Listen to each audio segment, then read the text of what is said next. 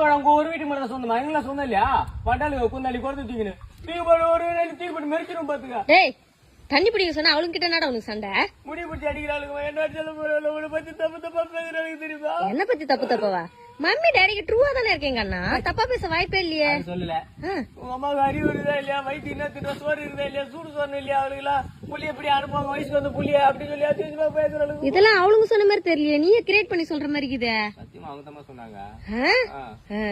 சரிப்பா வீட்டுல போயிட்டு ஒவ்வொன்னு அவுத்து வைய, மறுபடியும் போய் புஷ்ணும் தண்ணி அம்மா போயிட்டு வந்துடுறேன். டேய் ஊர்ல ரொம்ப தண்ணி பஞ்சமாகுதுல, மழையா வரல, ஊருக்கு வெளியிற காட்டை அழிச்சிட்டு அதுல பெருசா கோயில் கட்டி கும்பாபிஷேகம் பண்ணா நிறைய மழை வருமாட்டோம். சின்ன பையா வீட்டுக்கு 1000 ரூபாய் பிரிவு போட்டுக்கிறாங்க, போய் குத்துட்டு வந்துடுறேன். இந்த புத்திசாலியா யாருமா குத்துது? ஊர் தலைவர் தான். அந்த நாயை செருப்பாலே அடிக்கணும். ஏண்டா காட்டெல்லாம் அழிச்சிட்டு கோயில் கட்டி கும்பாபிஷேகம் பண்ணா உனக்கு மழை வந்துருமா? கடைசி காலத்துல பாரு எல்லாத்தையும் அழிச்சு போட்டு செத்து போய் கிடப்பீங்க பாரு, உங்களுக்கு கொளுத்து கூட கட்டை இல்லாம தான் பாப்போறீங்க பாத்தீங்கன்னா.